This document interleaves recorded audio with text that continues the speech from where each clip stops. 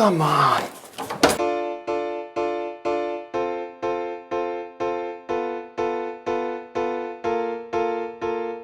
Świat szybki jak młody wiatr pędzi co tchu czy co sił.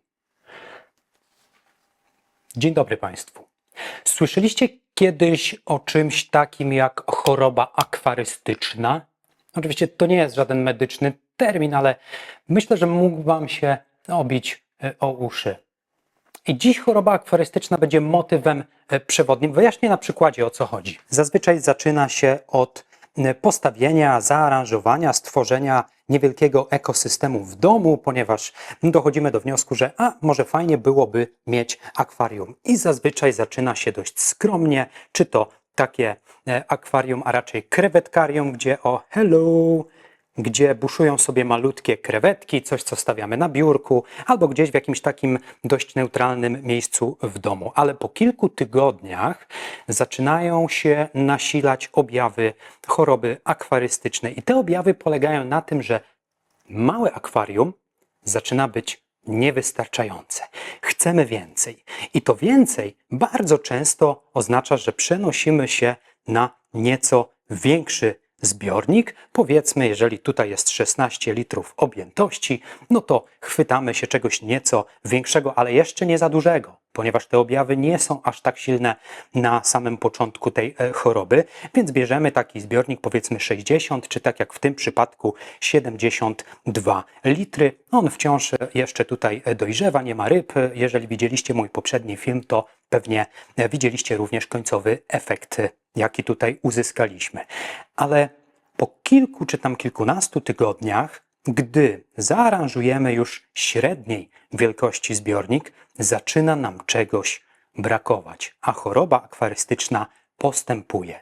I wtedy powoli, jakby mimochodem, scrollując strony sklepów akwarystycznych, docieramy do miejsca, gdzie a może by tak coś większego, ale znów nie aż tak ogromnego.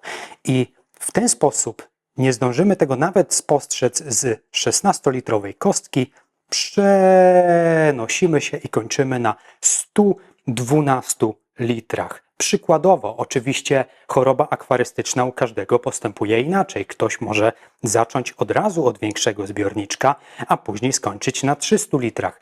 Natomiast w moim przypadku choroba akwarystyczna doprowadziła mnie do miejsca, w którym wyniosłem się od siebie z domu. W sensie nie tak dosłownie fizycznie, w sensie trochę fizycznie tak, ale jeśli widzieliście moje poprzednie filmy, to wiecie, że większość zbiorników dotychczas aranżowałem u siebie w salonie i też w kuchni. I jak doszedłem do liczby 7, prawie 8 zbiorników, to dotarło do mnie, że hej, nie jestem w stanie już absolutnie kontrolować tej choroby akwarystycznej.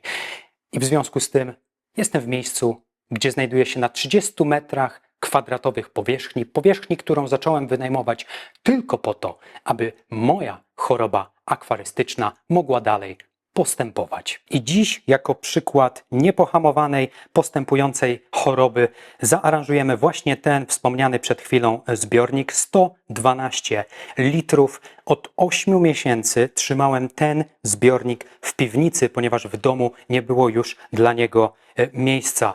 Dziś jest ten moment, kiedy opowiem, jaki mam pomysł w ogóle na aranżację w środku i pokażę Wam krok po kroku, jak podchodzę do aranżacji zbiornika. Ten zrobię w nieco innym stylu niż moje poprzednie zbiorniki, także zostańcie do końca, zobaczycie końcowy efekt i myślę, że mam na to pomysł. Czy się uda? Tego nie wiem. W chwili, gdy to nagrywam, nie mam bladego pojęcia. I zanim zaczniemy aranżować i krok po kroku pokażę, jak to będzie wyglądać, od momentu, w którym odebrałem klucze do tego lokalu, pomyślałem sobie, potrzebuję teraz więcej akwariów, więcej sprzętu, więcej wszystkiego, żebym mógł produkować więcej filmów. Odezwałem się do kilku firm akwarystycznych. Wsiadłem pewnego wieczoru, napisałem maila na zasadzie: hej, w sumie to mam na imię Mariusz, prowadzę taki kanał na YouTube o akwarystyce i właśnie robię swoje studio, tworzę taką fajną przestrzeń, gdzie będę mógł opowiadać o tym hobby. Może chcielibyście mnie wesprzeć? Podesłać mi jakieś rzeczy? Ja chętnie przyjmę wszystko tylko po to, żeby móc robić jeszcze więcej aranżacji. Absolutnie niezobowiązujący e-mail, to nie była oferta o charakterze komercyjnym, po prostu pomyślałem, że napisać nie zaszkodzi. I pierwszą firmą, która odpowiedziała na moje zapytanie, była firma Invital. I jeden z właścicieli odpisał mi maila w stylu: hej Mariusz, w sumie chętnie Cię wesprzemy w tworzeniu studia, napisz czego potrzebujesz. No to im napisałem, no nie wiem, podeślijcie kilka roślin, nie wiem, może jakąś lampę mi podeślijcie, no cokolwiek, co macie, może nie potrzebujecie, może już tego nie sprzedajecie, co macie, podeślijcie. No i wysłali mi paczkę.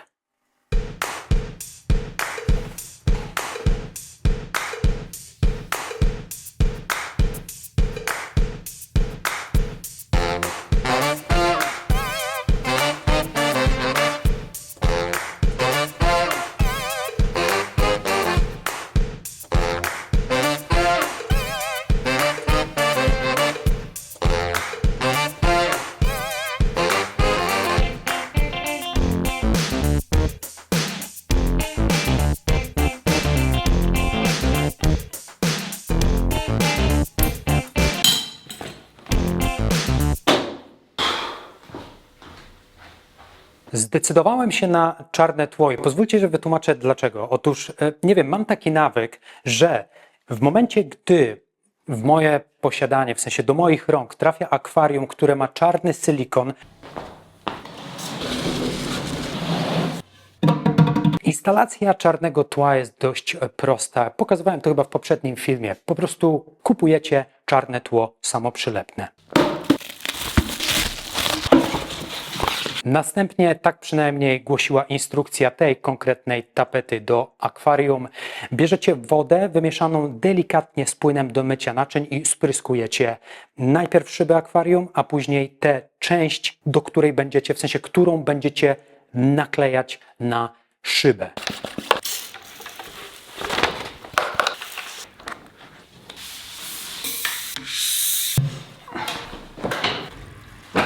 I cała robota zrobiona. I to akwarium będzie dokładnie w tym miejscu, w którym obecnie Czekajcie, burcz. Halo? No, a pan nie był u mnie? Nie wiem, z 2 godziny. Nie, 2 godziny. To inny pan. Dobra, ja już wychodzę. No, pod blok. Kurier.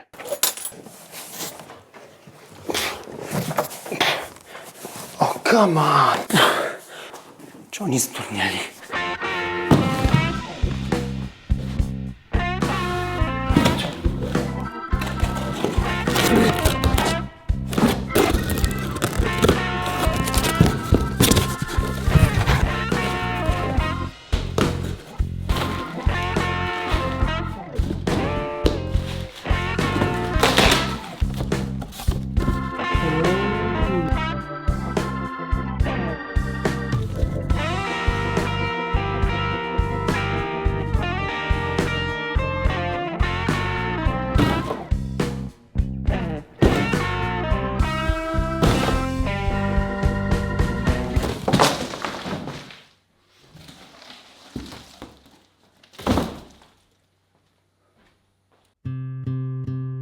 Akwarium, które dziś aranżujemy, ma 80 cm długości, 35 cm szerokości oraz 40 cm wysokości. Jego pojemność to 112 litrów. Szyby ze zwykłego szkła typu float o grubości 6 mm. Choć wydają się cienkie, to producent zastosował tu dodatkowe wzmocnienia boczne. Dzięki temu konstrukcja jest odpowiednio solidna.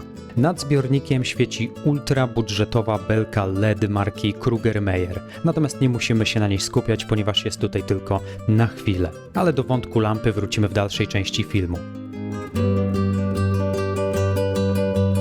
Tak naprawdę, kiedy macie już akwarium, być może oświetlenie, być może inny, a nawet cały skompletowany sprzęt, który chcecie tam umieścić, no to pierwszym takim krokiem, od którego rozpoczynamy aranżację akwarium roślinnego, bo właśnie takie będziemy dziś aranżować, to pierwszym krokiem jest przygotowanie odpowiedniego podłoża. Można to zrobić oczywiście na wiele sposobów, natomiast dziś postanowiłem, że ułożymy tutaj tak naprawdę dwie warstwy podłoża, które będą kluczowe dla całego tego ekosystemu w środku.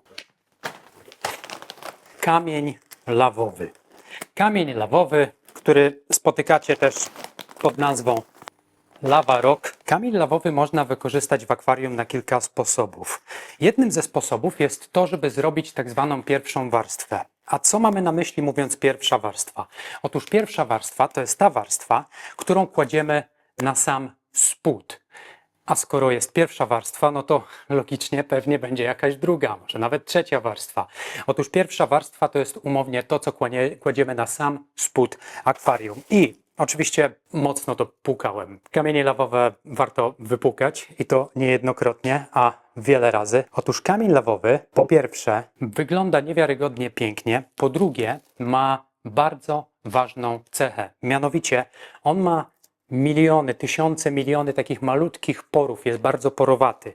A po co nam porowaty kamień i dlaczego porowaty kamień jest taki dobry i dobrze robi na ekosystem? Ponieważ im więcej jest porów, tym więcej jest powierzchni na takim jednym kamyczku, powierzchni, na której będą w przyszłości osadzać się i kolonizować pożyteczne bakterie. Drugą rzeczą, dla której wykorzystuje się kamień lawowy, jest to, że z racji tego, że wygląda całkiem ciekawie, można go wykorzystać, może trochę nieco większe elementy niż te tutaj, wykorzystać po prostu jako dekorację. Niektórzy wykorzystują również kamień lawowy jako dodatkowe medium filtracyjne i w naszym akwarium też będzie pełnić funkcję filtracyjną, tylko ta filtracja będzie się odbywać w podłożu. Tak naprawdę miejsce, gdzie będę sypał ten kamień lawowy, to jest głównie tył akwarium. Oczywiście to nie jest tak, że ten kamień lawowy od początku będzie Wam robił biologiczną filtrację, ale dopiero z czasem, gdy zaczną się kolonizować pożyteczne bakterie na jego powierzchni,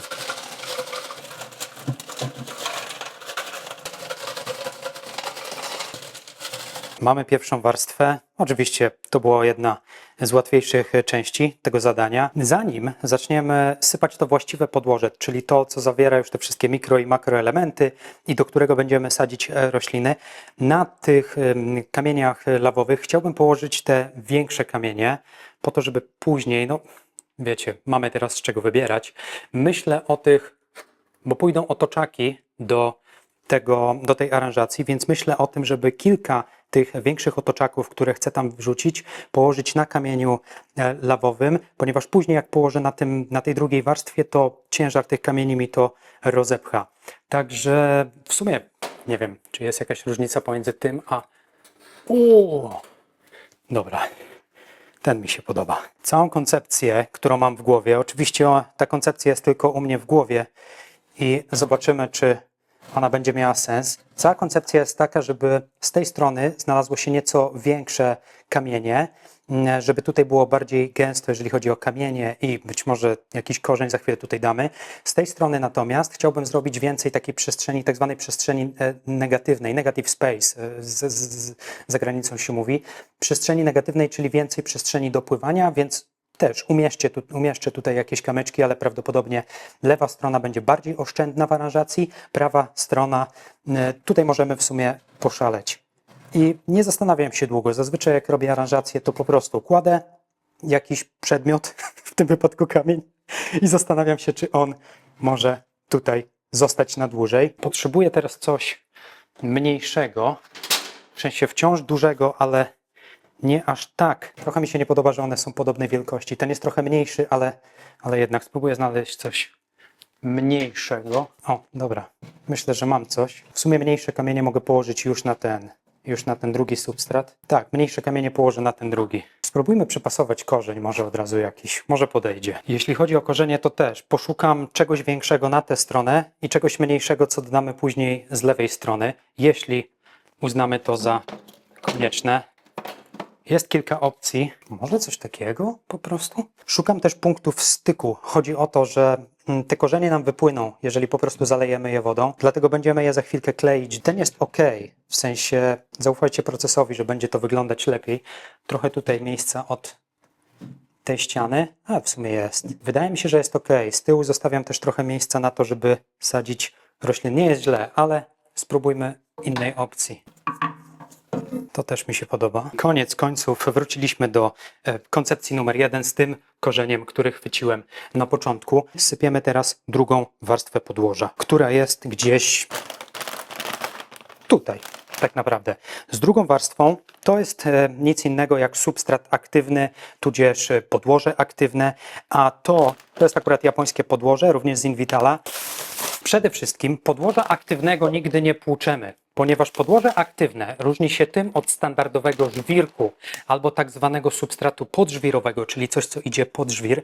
Różni się tym, że te podłoże samo w sobie zawiera już wszystkie potrzebne mikro i makroelementy, których niedługo rośliny będą potrzebowały do tego, żeby rosnąć. Tu jest po prostu, mówiąc najbardziej oględnym językiem, pokarm dla roślin. Oczywiście ma to swoją cenę. Podłoża aktywne ze wszystkich rodzajów podłoża są najczęściej tymi najdroższymi podłożami. Ale hej, jeżeli aranżujecie tak duży, średni zbiornik jak ten, nie musicie akurat konkretnie wybierać podłoża aktywnego, możecie to zrobić nawet na ziemi ogrodowej, czy tam ziemi do oczek wodnych. Zapraszam do moich poprzednich filmów, jeżeli jeszcze nie wiecie, o czym mówię. Natomiast jeżeli jest to wasze pierwsze akwarium, jakiś niewielki zbiornik, 20-30 litrów, nie potrzebujecie 10-litrowego worka, ani nawet 20-litrowego. Możecie kupić 4-5-litrowy worek, wtedy schodzicie diametralnie z ceny, ale też oszczędzacie sobie dużo pracy, ponieważ cała praca z podłożem aktywnym polega na tym, żeby je otworzyć i wsypać do akwarium. Gdzieś miałem otwierać. I tutaj tak naprawdę lecę już po całości. Zaczynam zazwyczaj od frontu akwarium i później przesuwam się delikatnie w tył i w tył.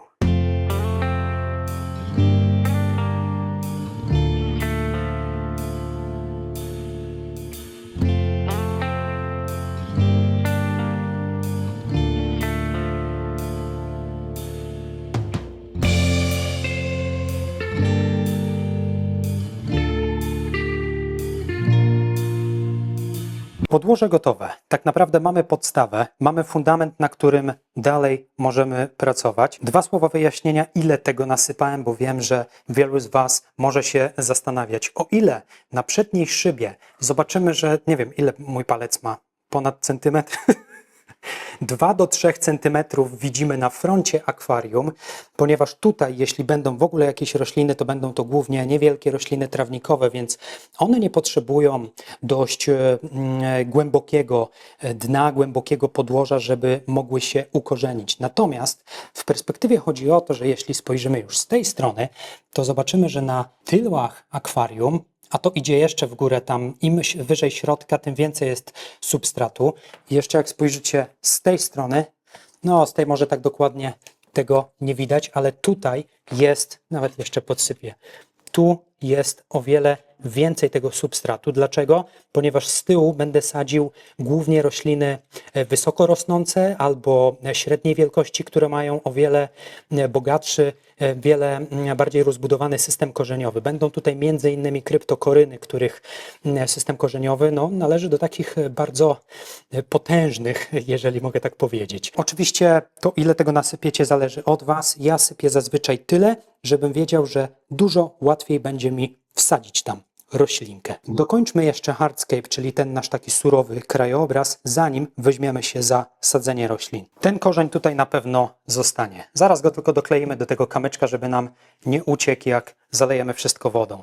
Tak naprawdę potrzebuję tylko kilka detali z tej strony. To prawdopodobnie będą mniejsze otoczaki. Na razie umieszczę je powiedzmy tak losowo, randomowo jeden obok drugiego i zobaczymy, co nam z tego wyjdzie. Jeżeli pytacie mnie o jakiś sposób na aranżację, ja nie jestem specjalistą, to nie jest kanał o aquascapingu, natomiast staram się unikać symetrii, czyli jeżeli tu był większy kamień, to tutaj dam mniejsze, jeżeli tu jest większy korzeń, to tutaj dam mniejszy albo nie dam w ogóle. Symetria jest fajna, sięgałem po nią w innych moich zbiornikach, ale w tym konkretnym raczej tego nie zrobię. A może korzeń by dać jakiś? A zacznijmy od korzenia. Na przykład taka rzecz i postawić. Trochę za bardzo a rozmiarem przypomina ten korzeń z prawej strony. Poszukamy czegoś jeszcze mniejszego. Na przykład to są wszystko korzenie tego samego gatunku, więc one powinny ładnie iść ze sobą. Popróbuję trochę, dajcie mi chwilę. A few moments later. Kiedy wydaje ci się, że wizja, którą obrałeś na początku, jest właściwa i warto iść w tym kierunku, to kolejne 50 prób różnych podejść udowodnią ci, że jednak mogłeś się co do tej pierwotnej wizji mylić. Otóż na początku nie chciałem ustawiać tych korzeni, w sensie był jeden korzeń, później drugi korzeń. Ostatecznie stanęło na 3 korzeniach, nawet 4, bo tutaj jako detal dorzuciłem jeszcze jeden mały korzonek. Ostatecznie podjąłem świadomą decyzję do tego, żeby ustawić niemalże pionowo te korzenie po to, żeby spróbować optycznie jakby rozciągnąć i wydłużyć to akwarium. Oczywiście ono stoi na stelażu, więc tutaj nie mam zbyt wiele przestrzeni do manewru. Natomiast jako część mojej wizji też chciałem uniknąć jakiejś symetrii. Nie do końca mi to wyszło, ponieważ jest delikatna symetria. Mówię o tym, że po prawej, jak też po lewej stronie znajdują się korzenie, ale świadomie też dorzuciłem tutaj specjalnie drugi korzeń i ten tutaj jest nieco inny, nieco mniejszy po to, żeby taką symetrię zaburzyć. Gdy staniemy z tej odległości, widzimy jednak, że prawa strona jest tą stroną bardziej dominującą, lewa strona jest tą stroną bardziej spokojną. Ok, tak to zostawię. W sensie nie zostawię tego, działamy dalej, ale jeżeli chodzi o ten tak zwany hardscape, czyli ten surowy krajobraz, niech to tak będzie. Jestem niemal pewien, że gdy rośliny tutaj pójdą, to zrobią właściwą robotę. Kombinowałem też z innymi korzeniami, dodawałem jakieś mniejsze, większe z lewej, z prawej strony, ale ostatecznie doszedłem do wniosku, że dobra, koniec. Nie ma sensu, chyba że bierzecie udział w jakichś zawodach aquascapingowych, no to pewnie jeśli należycie do tej grupy ludzi, to pewnie wszystko o akwarystyce już wiecie, ale jeśli o mnie chodzi, to staram się dać sobie jakieś ograniczenie czasowe, że na przykład nie spędzam nad scapingiem dłużej niż 40-50 minut do godziny, no bo później już wszystko zaczyna się w głowie mieszać i jest coraz większy problem z podejmowaniem jakiejś tutaj powiedzmy aquascaperskiej czy tam akwarystycznej decyzji, jeśli chodzi o aranżację.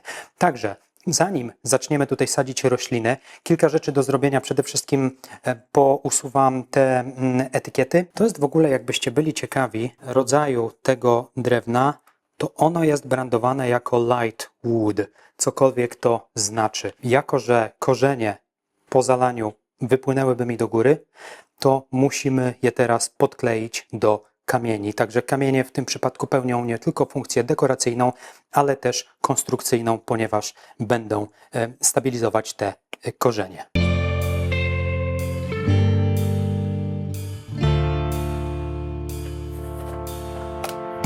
Światłodarek. Jeśli chodzi do roślin, to zaraz i jest do hardscape'u. Tak naprawdę można to zrobić na kilka sposobów. Ten klej jest dość rzadki, więc dla ułatwienia można by wziąć po prostu troszkę ręcznika kuchennego, wrzucić w te szpary, czyli te miejsca styku, bo szukamy tylko i wyłącznie miejsc styku kamienia z korzeniem, wrzucić ręcznik papierowy i dopiero wtedy nałożyć klej. Robiłem tak w poprzednich aranżacjach, dziś spróbuję zrobić bez tego ręczniczka papierowego. Oczywiście zawsze można zrobić jakąś korektę. To nie jest tak, że gdzieś się śpieszymy i delikatnie na miejscach styku nie przejmujcie się tym, że to będzie widać. I też od razu uprzedzając pytanie, ale jak to klej? Jakiś super glue, czy tam klej cyjano-akrylowy do akwarium? Oczywiście, że tak. Ten klej po tym jak zaschnie zachowuje się dokładnie tak jak plastik, a plastik w zbiornikach słodkowodnych nie jest jakimś wielkim złoczyńcą. Będzie widać takie białe jakby ślady po tym kleju, ale zasłonimy je roślinami. Myślałem, że obejdzie się bez papierka, ale jednak nie. W 2 miejscach dosłownie użyję ręcznika kuchennego, tak dla pewności. Aczkolwiek nigdy nie mam pewności, dopóki nie zaleję zbiornika. Okej, dobra. Słuchajcie, Część z hardscape'em, czyli z tym takim surowym krajobrazem gotowa. Teraz zostawimy to na bardzo długą chwilę, kilka, może nawet kilkanaście godzin, tylko po to, żeby klej w tych miejscach złapał. Znaczy on łapie po kilku sekundach, ale żeby wysechł i zastygł, stwardniał jakby kompletnie. Dobra? I wracamy za niedługo na sadzenie roślin. A skoro o roślinach mowa, mamy tu, one jeszcze nie są przygotowane do sadzenia, ale szybko pokażę Wam, co tutaj idzie. Oczywiście pamiętajcie, jeżeli to jest Wasze pierwsze akwarium, nie musicie od razu zaopatrzać się w tyle roślin, bo no jest to relatywnie dużo większy koszt, natomiast możecie zacząć od kilku i dać temu czas. One wszystkie, jeżeli w akwarium będą odpowiednie warunki, to się rozrosną. Kilka szczepów z moich innych zbiorniczków. Tutaj jakiś nurzaniec się znalazł. Tutaj jest strzałka wodna, to jest roślina trawnikowa. Dokładnie ta sama, którą mamy tutaj w uprawie in vitro i wiem, że część z Was pyta o nazwy roślin, także spróbuję nadążyć. Sagittaria subulata. Tutaj, jeżeli chodzi o rośliny trawnikowe, ponieważ w tej uprawie in vitro są tylko i wyłącznie roślinki na pierwszy plan, tudzież na trawnik. I druga roślina to jest Hydrocotyle tripartita Japan. Nie wiem, kto wymyślał nazwy tych roślin, ale one są zawsze skomplikowane. Trzecia roślina poza tą strzałką wodną, poza tą tripartitata Japan. Czekajcie, tutaj mamy. I to jest moja ulubiona, czyli Monte Carlo. Część z Was zastanawia się, czy Monte Carlo jako trawnik pójdzie w akwarium, w którym nie używamy CO2. Miałem go już w poprzednich akwariach, spokojnie idzie bez CO2. Zresztą na YouTube jest mnóstwo filmów innych akwarystów, w którym ten trawniczek spokojnie poszedł. Ze szczepów, które jeszcze wyciągnąłem z innych moich zbiorniczków, jest duży heniek. W takiej ilości. On jest troszkę ogloniony, może tego nie widać super w kamerze, ale jestem absolutnie spokojny. Te glony z czasem zejdą. I tutaj ustawiłem w kolejności te z tyłu rośliny idą na trzeci plan, ponieważ niech Was nie zwiedzie ich niewielki rozmiar w koszyczkach. One naprawdę dorastają nawet do pół metra wysokości. Nawet nie próbuję przeczytać tych nazw, ale pokazuję je do kamery, żebyście mogli sobie zapisać nazwy tych roślin i wygooglować sami, tudzież zamówić dla swoich zbiorników. Tych roślin wcześniej nie miałem, akurat w poprzednich zbiornikach, więc to dla mnie nowość. Te dwa środkowe rzędy to są tak naprawdę same kryptokoryny w różnych odmianach. Kryptokoryny, jeżeli macie niewielki zbiornik, to śmiało można je sadzić na ostatnim, na trzecim planie, ponieważ dorastają do 15, niektóre 20 cm, niektóre 30 cm wysokości. Więc to nie są takie niskie rośliny. Oczywiście, zanim Wam takie urosną, trochę z tym trzeba poczekać. Natomiast w przypadku naszego zbiorniczka dzisiejszego je będę sadził głównie w okolicy środkowego planu. Tutaj mamy 4 koszyczki roślin, których nie sadzimy w podłożu, a przyczepiamy je do dekoracji, do korzeni, do kamieni. I to jest m.in. Bucephalandra Wavy Green. Nie wiem, czy to jest chyba to samo i to również. I tutaj mamy piękny okaz Anubiasa. Anubias congensis round. To jest Anubias, którego wcześniej nie miałem. Bardzo ciekawy okaz Anubiasa. Zobaczymy, jak pójdzie. I większość z tych roślin nie wymaga jakoś super dużego oświetlenia. No ale zobaczymy. Każde akwarium to jest eksperyment. I teraz oczywiście z tych koszyczków one przychodzą w takich koszyczkach, w takiej gąbce. Pokazywałem to już na poprzednich filmach. Tę gąbkę należy wyciągnąć, pozbyć się tej gąbki z korzeni i dopiero wtedy celujemy tą rośliną w podłoże, tudzież na dekorację. Natomiast jak przyjdą Wam rośliny in vitro, czyli w takich małych plastikowych inkubatorkach, to w środku spróbuję pokazać, chociaż nie wiem, czy mi się to... Widzicie? To coś, to jest taki jakby żel. Nie jest to skomplikowane, wystarczy chwycić roślinkę, wymoczyć w wodzie, tak zrobić i wtedy ładnie ten żel Wam odchodzi. Dobra, czas przygotować roślinki. Chwilę z tym zejdzie, oszczędzę Wam tego widoku. Rośliny gotowe za 3, 2, 1 i proszę bardzo.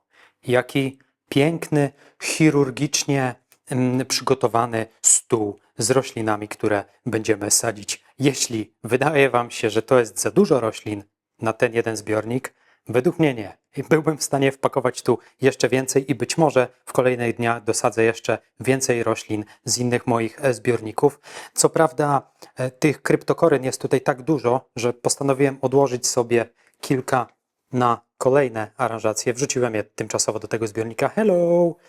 Tu gupiki, samiczki tymczasowo sobie pływają po tym zbiorniczku. Mam na nie inny, niecny plan. Natomiast, dobra, wracając. A teraz, i pamiętajcie o jednej ważnej rzeczy. Jeśli przygotowujecie rośliny, non-stop pilnujcie, żeby były dobrze zwilżone. Otóż miałem kiedyś taką sytuację, wyciągnąłem bardzo dużo nurzańca z jednego zbiornika, zostawiłem go na pół godziny nie naoliwionego, chciałem powiedzieć, niezwilżonego wodą i później niemalże całą torbę nurzańca musiałem wyrzucić do kosza, bo zeschła. Dobra, plan jest następujący. Te zielsko z tego miejsca powinno trafić do tamtego miejsca. Byłbym zapomniał, zanim zaczniemy sadzić, bo zacznę od roślin trawnikowych, ale zanim zaczniemy, to jest klej do roślin tym razem, chcę przyczepić te rośliny na dekorację, właśnie w miejscach, w których widać jeszcze resztki kleju do dekoracji.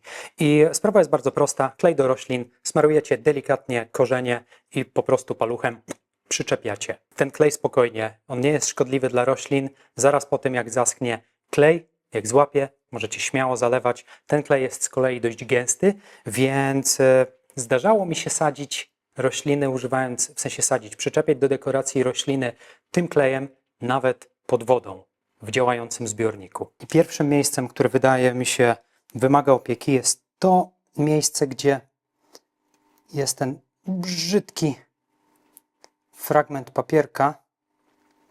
Ok, posmarowałem tylko korzenie, nigdy nie smaruję obu powierzchni. No i super, widzicie? I pyk. Drugim miejscem natomiast będzie tutaj ten malutki picyk i też przykleję tam bucefalandrę. Spróbuję jakoś tak, o właśnie, jak trochę zgnieciecie roślinę, nic się nie stanie, naprawdę, one wszystkie dojdą do siebie. Kolejnym miejscem, o którym myślę, jest ten tutaj, o właśnie, ten tutaj dołek dla tego anubiasa i ostatnią bucefalandrę damy tutaj na ten korzeń, nieco żeby przełamać tutaj tę teksturę taką pustą. Ok, być może dojdzie jeszcze więcej roślin tych takich na dekorację, ale zobaczę. Na razie lecimy z tym, co mamy. Bierzemy się za wszystkie rośliny trawnikowe.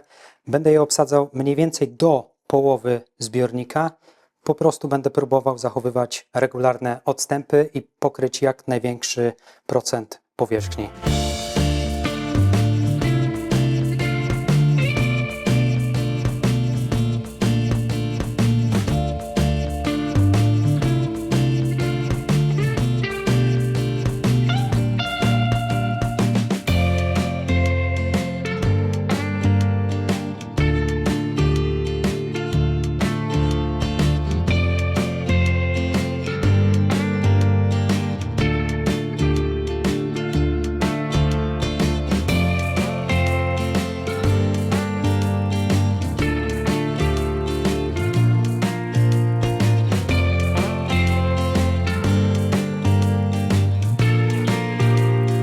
Okej.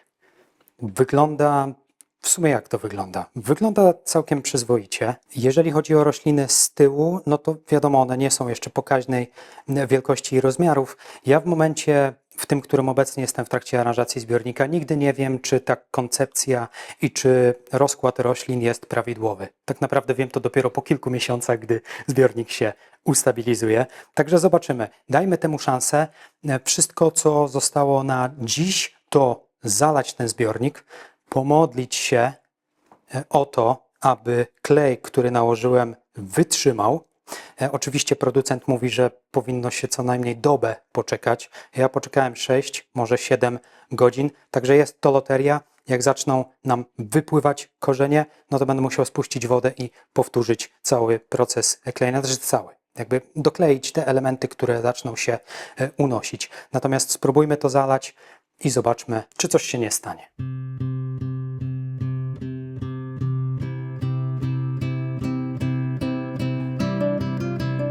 Nie ukrywam, że Zalewanie akwarium to jedna z najprzyjemniejszych rzeczy w akwarystyce, przynajmniej dla mnie. I jeśli dla Ciebie, drogi widzu, oglądanie tego filmu również dało jakąś wartość lub po prostu miło spędzasz czas, to będę stokrotnie wdzięczny, jeśli rozważysz zostawienie subskrypcji. No już. No dawaj. Jeden subik więcej naprawdę robi różnicę. Być może dla Ciebie to tylko kliknięcie, ale dla mnie to ogromna motywacja do dalszego działania. I mega dziękuję.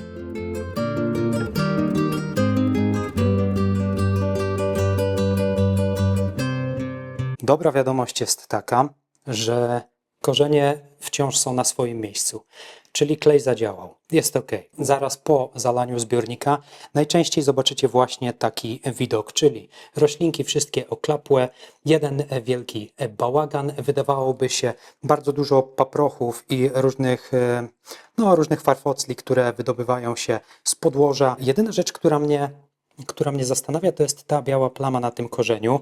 Nie wiem, być może ja machnąłem się i przypadkiem trochę kleju narzuciłem na korzeń, ale nie ma problemu. W niedalekiej przyszłości prawdopodobnie dokleję tam jakąś kolejną roślinę właśnie na korzeń. Moja praca na dziś jest skończona, jest dość późno, więc wróćmy do tego jutro albo za kilka dni.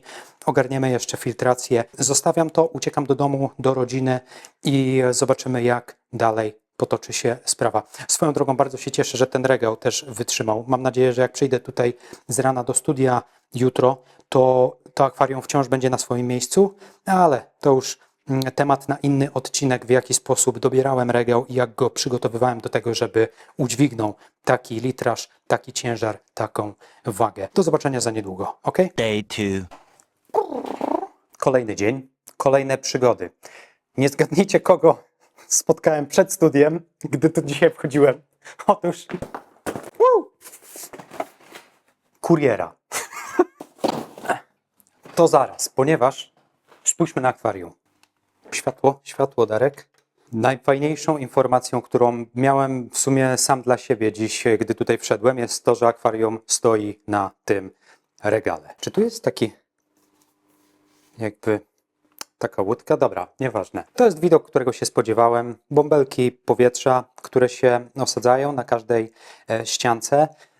Oczywiście dużo tych rzeczy wciąż tutaj pływa. Jest jedna rzecz, którą chcę zrobić w pierwszej kolejności. Przywiozłem filtr z domu, który przez długie miesiące chodził w moim innym zbiorniku, więc nie twierdzę, że to będzie filtr, który będzie tutaj docelowo, zwłaszcza, że zajmuje trochę miejsca. Natomiast pomoże mi wystartować ten zbiornik. Otóż to jest hybryda.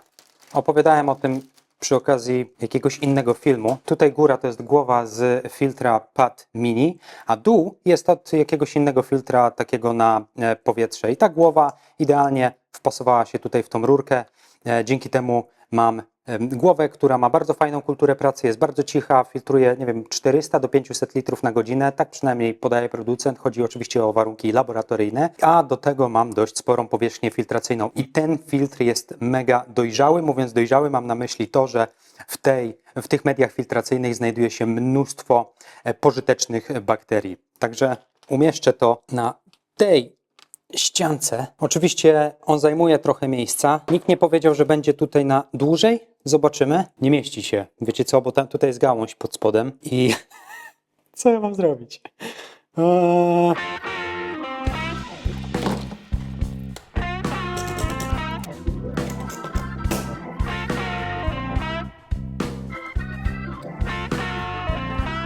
W sumie obawiałem się, że bardziej będzie rzucał się w oczy, ale spójrzcie, to nie jest tak, że ustawiam jakąś kamerę, żeby było go mniej widać. On naprawdę gubi się z racji tego, że gąbki są czarne, on cały jest czarny w tle. Także zobaczę, może zostanie tu na dłużej. Dobra, włączmy i sprawdźmy, czy nie wiem, co się mogło stać. Uwaga, 3, 2, 1. No jeszcze jeden. O! Jeden. Okej. Tak jak mówiłem, on nie jest taki słaby. To nie jest tak, że to akwarium jest za duże na ten filtr albo ten filtr za mały na to akwarium. To jest tylko i wyłącznie kwestia preferencji i tego, jaki filtr chcemy umieścić. Jak widzieliście, trochę ciężko się serwisuje takie filtry, bo trzeba je wyciągać i tak dalej. Tu się wszystko rozlewa. Dużo łatwiej jest posadowić jakąś kaskadę, tylko kaskady zazwyczaj są głośniejsze. W ogóle ciężko znaleźć na rynku cichszy filtr niż ta głowa PAD mini. Także okej, wróćmy do naszego kuriera.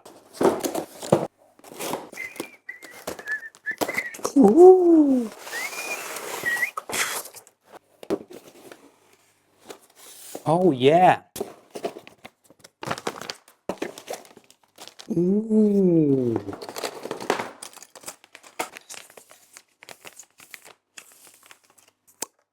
To jest lampa, na którą czekałem. Lampa marki Syncor. To jest seria Vivatron. Oczywiście one występują w różnych długościach. Ta będzie idealna do dzisiejszego akwarium, które aranżujemy. W sumie, które już zaaranżowaliśmy. Można to ściągnąć? Raczej nie skupiam się zbyt wiele na technikaliach, czyli jakie dokładnie diody tu zainstalowano, jaka jest moc lumenów i tak dalej. Jedyne, co ciekawiło mnie przed tym, gdy zamówiłem tę lampę, to to, czy rośliny, czy większość roślin łatwych i średnich w uprawie pójdą przy tym świetle. Ja patrzę na ilość tych diod i na to, jak ta lampa jest zbudowana, więc spokojnie. To jest prawdopodobnie więcej niż ja potrzebuję, zwłaszcza, że aranżujemy zbiornik, w którym nie jest podawane CO2. Jest tu jakaś aplikacja mobilna, pewnie do sterowania kolorami. Są też nóżki, których chyba nie użyjemy, bo podwiesimy to nad akwarium w inny sposób. Podmieńmy to i wyrzućmy tego taniego dziada.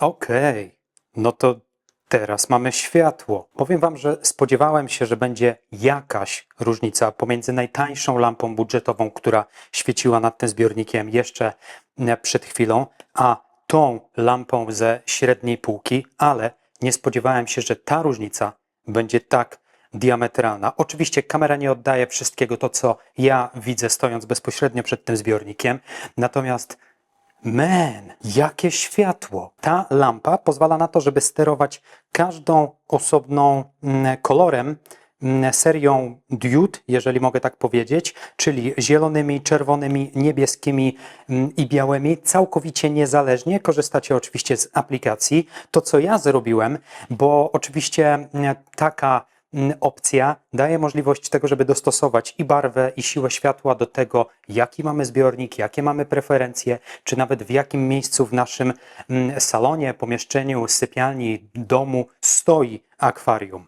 I to, co ja zrobiłem, przynajmniej na te pierwsze kilka tygodni, gdy zbiornik sobie będzie powolutku dojrzewał, to ściągnąłem tak naprawdę wszystkie kolory, zielony, czerwony i niebieski do prawie samego minimum, gdzieś na 10%. Zostawiłem głównie lampy białe i też nie na max, ale na 60%. I to jest też coś, co ja Wam polecam. W pierwszych tygodniach, 2, 3, nawet 4 tygodniach po zalaniu zbiornika ściągnijcie trochę moc lampy, jeżeli macie taką możliwość, jeżeli macie regulację. Jeśli takiej regulacji nie ma, to po prostu nie świećcie nie wiadomo ile. Ja zazwyczaj ustawiam lampy, jako że nie korzystam w tym zbiorniku i w większości zbiorników z CO2, ustawiam mniej więcej na połowę mocy. Tutaj jest na 60%, jako że lampa nie jest bezpośrednio nad akwarium, ale nieco wyżej. Ustawiona jest te białe diody na 60% i czas świecenia na 6 godzin dziennie. Mam porównanie do innych lamp z tej klasy cenowej, do Twinstara, koreański producent. Widziałem też, jak świecą lampy Chihiros, również mniej więcej z podobnej półki cenowej. Natomiast to, nie wiem od czego to zależy, ale to światło jest, szukam właściwego słowa, żeby to opisać. To światło jest niewiarygodnie miękkie. Ono się jakby rozkłada delikatnie na każdej części całego zbiornika, na każdej powierzchni. Być może dlatego, że ta lampa jest naprawdę dość szeroka, być może to powoduje, że to światło bardzo miękko opada. No i też tych diod tych lampeczek jest tam naprawdę sporo. Ok, jest jeszcze kilka rzeczy, które chcę zrobić, zanim zostawię ten zbiornik na dłużej. Jeżeli po zalaniu kilka dni, kilka tygodni zbiera Wam się taki biofilm, widzicie, taka maź, bardzo często też czytam komentarze i pytania, hej, mam taką maź, taki śluz mi się zbiera na powierzchni akwarium. Otóż w pierwszych tygodniach jest to absolutnie normalne, tak długo jak zbiornik nie zacznie pracować, jak ten ekosystem nie wystartuje. Można zaadresować ten problem na kilka sposobów. W pierwszych tygodniach przede wszystkim można to zostawić, poczekać aż ekosystem sam zacznie radzić sobie z tym biofilmem. Chodzi o to, żeby nie było tyle ilości związków i materii organicznej w wodzie. Z czasem rośliny powinny zacząć regulować jakby liczbę i ilość tych związków organicznych w wodzie. Natomiast ja, jako że jestem niecierpliwy, to zrobię to takim nieco szybszym sposobem, oczywiście też nie najtańszym. Mam tutaj, moi drodzy, dzień dobry, najtańszy, absolutnie najtańszy skimmer, czyli tak zwany filtr powierzchniowy. Przed chwilą przywiozłem go ze sklepu akwarystycznego. Otóż skimmery mają swoje konkretne przeznaczenie. Skimmer to filtr, typ filtra, który tak naprawdę nie zrobi Wam dużo mechanicznej filtracji. Jego zaletą, w sensie jego powołaniem i jego misją jest to, aby po zawieszeniu w akwarium ściągał nam wszystkie różne właśnie takie drobinki, różne resztki jedzenia, tylko i wyłącznie z powierzchni, z tafli wody. I do tego służy ten tutaj pływak. Jak poziom wody opada, to on delikatnie również się opada. Jak się podnosi poziom wody, to też się podnosi. I w te szczeliny, oczywiście każdy skimmer może się delikatnie różnić wyglądem, i w te szczeliny wpływają wszystkie te rzeczy, których nie chcemy, aby pływały na powierzchni wody. To jest jakiś najtańszy skimmer marki Aquanova i pewnie wrzucę go tam tak naprawdę tylko na kilka godzin. Oczywiście są również inne sposoby, żeby pozbyć się tego biofilmu. Możecie deszczownicę, jak macie inny filtr, i to możecie deszczownicę umieścić nad taflą albo zaraz pod taflą wody, żeby Wam wzburzała taflę wody, i wtedy też ten biofilm będzie po prostu wrzucany jakby z powrotem do słupa wody. Niestety filtr, który tutaj wykorzystałem, nie wiem na jak długo, wewnętrzny, on co prawda porusza taflą wody, jak widzicie, ale nie jest to ruch na tyle silny, aby pozbyć się tego biofilmu. Także wrzucę tutaj dosłownie na kilka godzin ten skimmer. Czy ja powinienem go jakoś otworzyć albo... Dobra, nie uwierzycie, ale po raz pierwszy przeczytałem w życiu instrukcję. Otwiera się, udało mi się go otworzyć. Nie jest to jakoś super skomplikowana bestia. Pytanie, jak mam go włożyć z powrotem? Okej, zakładam, że to było tak. Dobra, włączmy gada i zobaczmy, czy zadziała. Czy on jest prosto? Chyba jest. Okej, widzicie? I teraz tak. Filterek wypuszcza tędy jakby wodę, która wlatuje tutaj u góry. I spójrzcie, co się dzieje z tym całym biofilmem.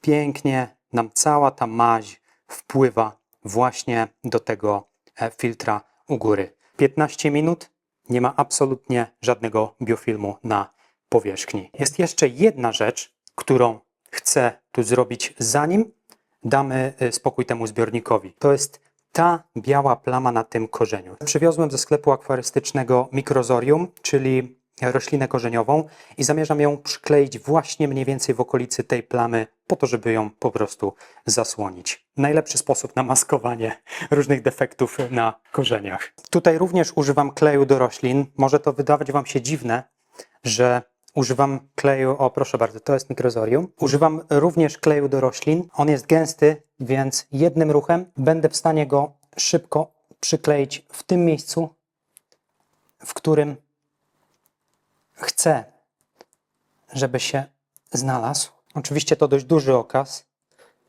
Ok, dobra. Trochę zasłonił tą bucę falandrę z tyłu, ale zostawmy tak. Niech te korzenie zaczną iść. Później będziemy mogli poprzecinać nieco te liście i trochę go skrócić. No taki duży okaz dostałem. W sumie to dobra, wybrałem taki największy. Oczywiście on będzie wyglądał dużo piękniej z każdym tygodniem, miesiącem. Natomiast kurde, dobra, jest ok. Teraz jak spojrzę nawet z tej mańki, Spójrzcie. Wow! Niezwykle dużo jakby charakteru dodał teraz do tego miejsca. Tak przygotowany zbiornik wymaga teraz czasu, co od nas wymaga cierpliwości. Oczywiście wiem, że użyliśmy filtr, który już bardzo długo działał w innym moim zbiorniku, więc jest dość sporo jakby w tym filtrze tych wszystkich pożytecznych bakterii. Natomiast zazwyczaj robię dwie rzeczy, zanim dam temu spokój. I to są drobne rzeczy. Pierwsza rzecz, którą robię, tu jestem. Pierwsza rzecz, którą robię, to dodaję jeszcze tych pożytecznych bakterii nitryfikacyjnych i bakterii denitryfikacyjnych.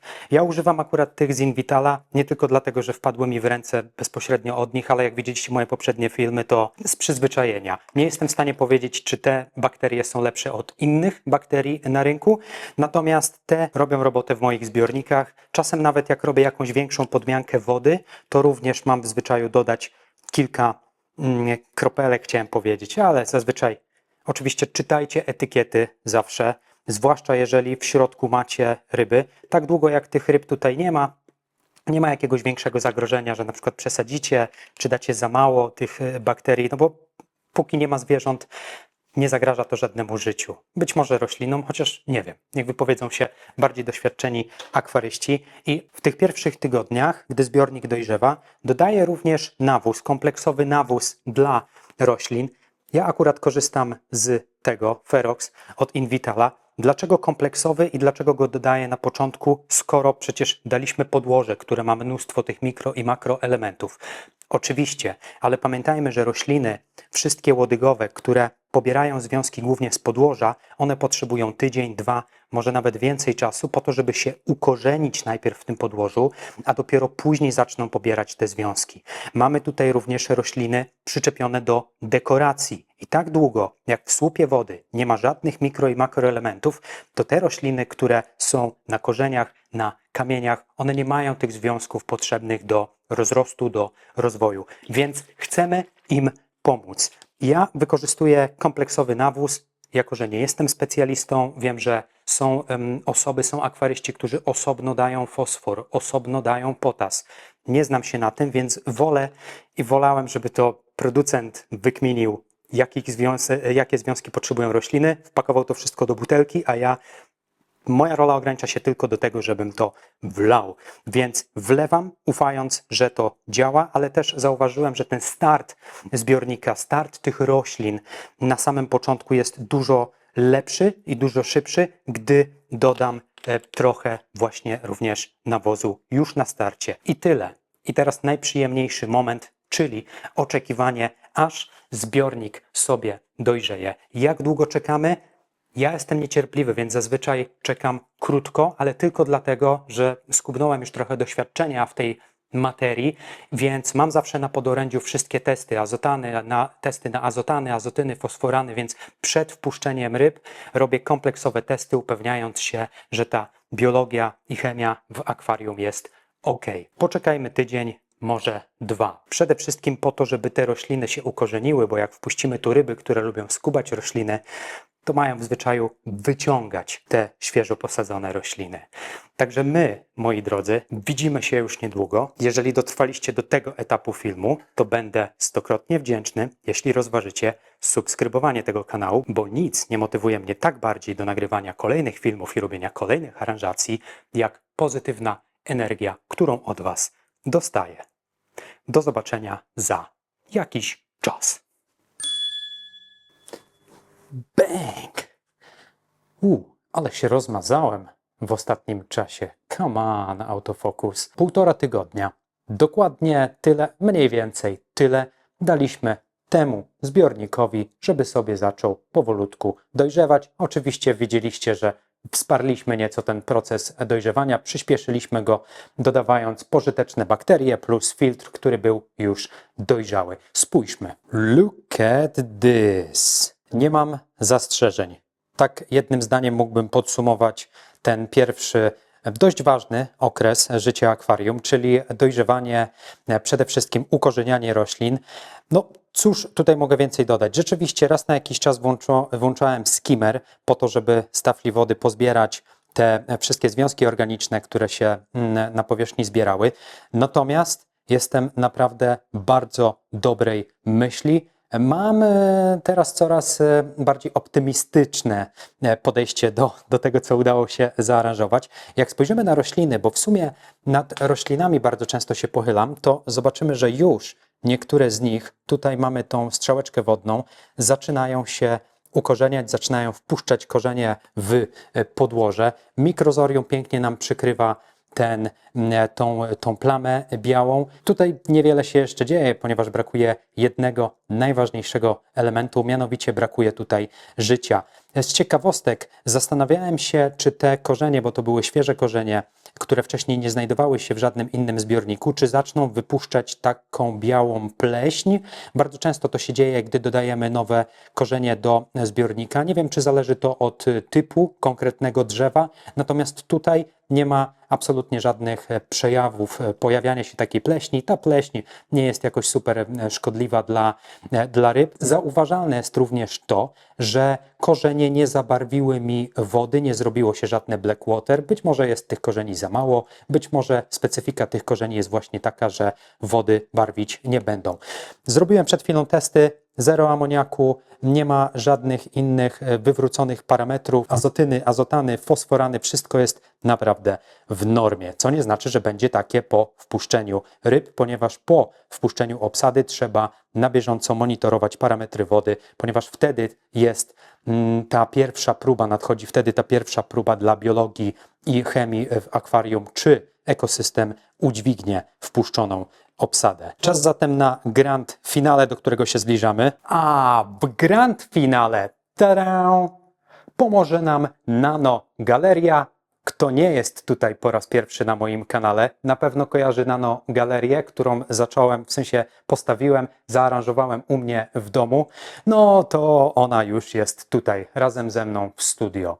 Oczywiście przewiezienie tych wszystkich ścianek, akwariów było sporym wyzwaniem i teraz to, jaki mam plan, jest to, aby wszystkie, praktycznie całą obsadę, która się tutaj znajduje, przenieść do tego dużego 112-litrowego zbiornika. Ale ktoś zapyta, ale po co masz to ruszać?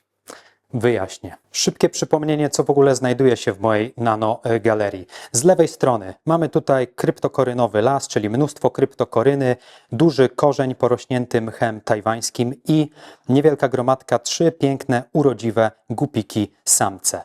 Obok, no i oczywiście sporo krewetek. Obok bardzo minimalistyczny koncept, śmieję się sam do siebie, ponieważ to, jak teraz wyglądają te zbiorniki, jest między innymi pokłosiem tego transportu, tego, że musiałem wyciągnąć całą obsadę, spuścić sporo wody, zapakować to do samochodu, zabezpieczyć, przewieźć tutaj, co spowodowało, że każdy z tych zbiorników, podłoże w każdym z tych zbiorników zostało naruszone, dekoracje się kompletnie powywalały, biologia się wywaliła, dlatego powodem, dla którego chcę wyciągnąć całą obsadę stąd i wrzucić do 112 jest fakt, że teraz każdy z tych zbiorników będę musiał zresetować. Oczywiście mam nadzieję, że będziecie świadkami tego całego procesu. Wracając, tutaj mamy dosłownie kilka sztuk razbory plamistej. Niewielka rybka, którą jest tak niewielka, że ciężko ją nawet złapać w kadrze. One nie do końca mi się przyjęły, w sensie zwracaliście mi na to uwagę w komentarzach, że ta ryba ani nie jest jakoś super wybarwiona, ani jakoś super wielkich rozmiarów, nawet jak na swój taki standardowy rozmiar. Nie wiem, co się dzieje, sprawdzałem temperaturę, wszystkie parametry wody, sprawdzałem też inne pokarmy. Gdzieś po kolei w tej obsadzie zaczynają mi te sztuki padać. Ciężko mi zdiagnozować przyczynę. Zobaczymy, będziemy sprawdzać, jak te rybki przyjmą się w nowym zbiorniku. I ostatnia rzecz, tutaj wcześniej, pewnie kojarzycie, są 2 sztuki Badisa bengalskiego, czyli Badis, który jako rybka troszkę bardziej nieśmiała zazwyczaj chowa się gdzieś za dekoracjami, natomiast tymczasowo wrzuciłem tutaj też grupkę 6 bodajże samic gupików. Dlaczego je tutaj wrzuciłem? Dlatego, że chciałem odseparować samców od samic, żeby nie namnażały się gupiki aż tak bardzo. Ale teraz wszystkie pójdą do jednego zbiornika. Oczywiście Badis bengalski, który, mam nadzieję, gdzieś tutaj uda mi się go zaraz złapać. Badis bengalski, który jest rybką niewielką, ale jednak drapieżną, będzie pomagał mi regulować populację gupików, czyli nie będę musiał się martwić tym, że gupole zaczną się za bardzo namnażać, ponieważ Badis bengalski będzie na nie polował. Oczywiście brzmi to brutalnie, nikt nie powiedział, że natura sama w sobie jest zawsze taka łagodna, jednak są pewne aspekty flory i fauny, które nie należą do super łagodnych, są wręcz brutalne, natomiast rzeczywiście to ze mnie ściągnie troszkę jakby taką troskę o to, żeby każde namnażające się gupiki później gdzieś lokować w innych zbiornikach albo oddawać. Po prostu pozwolę naturze zająć się tym aspektem. I tutaj również ta dekoracja, chociaż wiecie, jak z daleka na to spojrzę, nie jest źle, w sumie ok, ale naprawdę podłoże zostało dość mocno naruszone. Być może bym to zignorował, gdyby pod tą warstwą piasku nie znajdowała się ziemia do oczek wodnych. O, Badis jest tam z tyłu. Widzicie? Chowa się dość daleko. Come on, buddy. Buddies. Dobra, później cię jakoś namierzymy i złapiemy. Być może bym to zignorował, ale wiedząc, że dekoracje się posypały, zostało naruszone podłoże, pod spodem jest bardzo napompowana różnymi mikro i makroelementami ziemia do oczek wodnych. Chcę to wszystko zresetować. Nowe studio, nowy start i też mam pewną inną koncepcję na to, jak mogłyby wyglądać te zbiorniki, ale za dużo gadam o nich będziemy rozmawiać w przyszłych filmach. To, co teraz muszę zrobić, to wyławiam tak naprawdę, nie wiem czy wszystko, bo nie wiem, czy uda mi się wyłapać wszystkie krewety teraz, natomiast tyle jakby sztuk ryb oraz krewetek, ile uda mi się złapać, łapię i umieszczamy w 112.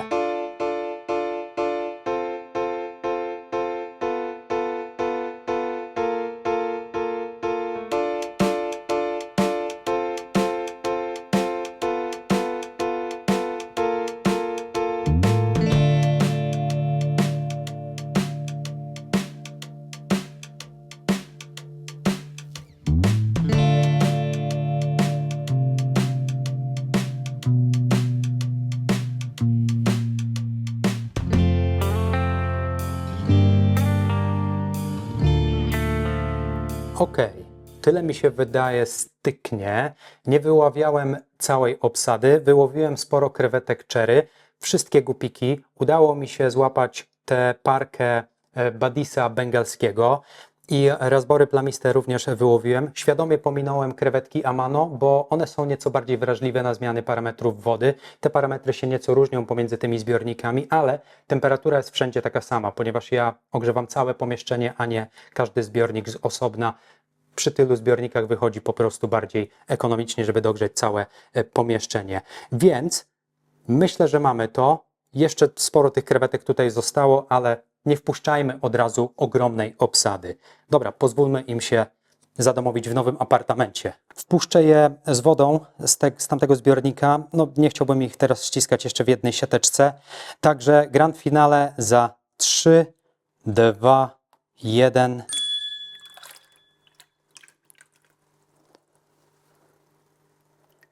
Wszystkie jeszcze krewety. Come on. Okej. Zrobiłbym to inaczej, może bardziej elegancko, ale nie za bardzo mam tutaj dojście. No i teraz mamy to, czego brakowało w tym zbiorniku. Oczywiście cała obsada, tudzież powinienem powiedzieć obsadka. O, są rozborki plamiste. Przepięknie wyglądają w tym zbiorniku. One tak naprawdę nie są wybarwione nie tyle ze stresu, teraz po przeprowadzce, ale one w ogóle coś nie chcą mi się wybarwić. Od samego początku wydaje mi się, że taki sort przywiozłem ze sklepu. Zachowanie gupików, cóż można powiedzieć. Prawdopodobnie samce się cieszą, że po długim czasie rozłąki zobaczyli w końcu żywe samice na własne na własne oczy. Natomiast oczywiście gupole będą się dość szybko aklimatyzować. To są twarde ryby, niezwykle towarzyskie. Ja jestem ogromnym fanem gupików. Tak naprawdę, gdybym miał w domu akwarium nawet 500 czy 1000 litrów, myślę, że na pewno znalazłbym tam miejsce dla gupoli. Te samice to jest jedna z tych samic, które są ze mną niemalże od samego początku. One już kilkukrotnie rodziły młode. Tak naprawdę, są razborki, znalazły się. Jeszcze jedna powinna być, ale cholewcia gdzieś się schowała w tamtym zbiorniku, spróbuję dołowić w niedalekiej przyszłości. Jest i Buddies. Hello, panie Buddies. No tu będziesz miał przestrzeń do pływania. Buddies bengalski jest rybą, która zajmuje zazwyczaj jakieś terytorium i go strzeże. No tutaj będzie miał naprawdę sporo kryjówek, więc wydaje mi się, że będzie pan zadowolony. Jak to mówię? I już popłynął. I tyle go widzieli. Zobaczymy, na ile będzie odważny w tym zbiorniku. Zauważyłem, że jak wpuściłem gupiki, to Buddies bengalski również stał się bardziej taki żywy, częściej pojawia się na froncie zbiornika. Niewiele się dzieje. Patrzcie, praktycznie obsadka jest bardzo mała, więc tutaj nie poszalejemy. Jest teraz bora plamista.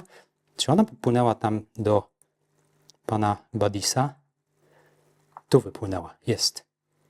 Hej, maleńka. I teraz nasza praca nie kończy się na tym, ponieważ praktycznie codziennie przez kolejny tydzień do 2 tygodni będę monitorował parametry wody, ponieważ w momencie, gdy zacznę karmić ryby już w tym zbiorniku, one zaczną produkować odchody, no to wtedy jest ten pierwszy test dla zbiornika, ile jest tutaj pożytecznych bakterii i czy te bakterie zdążą przerobić wszystkie te niekorzystne związki na pokarm dla roślin. Jak spojrzycie na tył akwarium, to tamta roślina, której nazwy nie pamiętam, widzę, że ona będzie bardzo dużo charakteru dodawać temu całemu miejscu i ona pójdzie. Jestem niemalże pewien. Gupole są ściśnięte w rogu. W sumie to zostawmy je. Niech sobie zaczną tutaj żyć, niech zaczną sobie tutaj eksplorować tą całą miejscówkę. Prawdopodobnie za kilka tygodni, tudzież miesięcy, jeszcze dodam coś do tej obsady, chyba że gupole, wiecie jak to gupole, zaczną się mnożyć na potęgę, to oczywiście zweryfikuję swoje założenia o dodawaniu dodatkowej obsady. Prawdopodobnie coś, czego tutaj brakuje, jest co prawda trochę krewetek cherry. One się pochowały teraz, wiadomo, tutaj jest, ta się wzięła od razu do roboty. Krewetki cherry zazwyczaj robię tak, że wpuszczam na początku naprawdę niewielką ilość. Nie zdążę się obrócić, po kilku tygodniach jest ich już tutaj kilkadziesiąt. Także jestem absolutnie pewien tego, że zaczną się tutaj rozmnażać.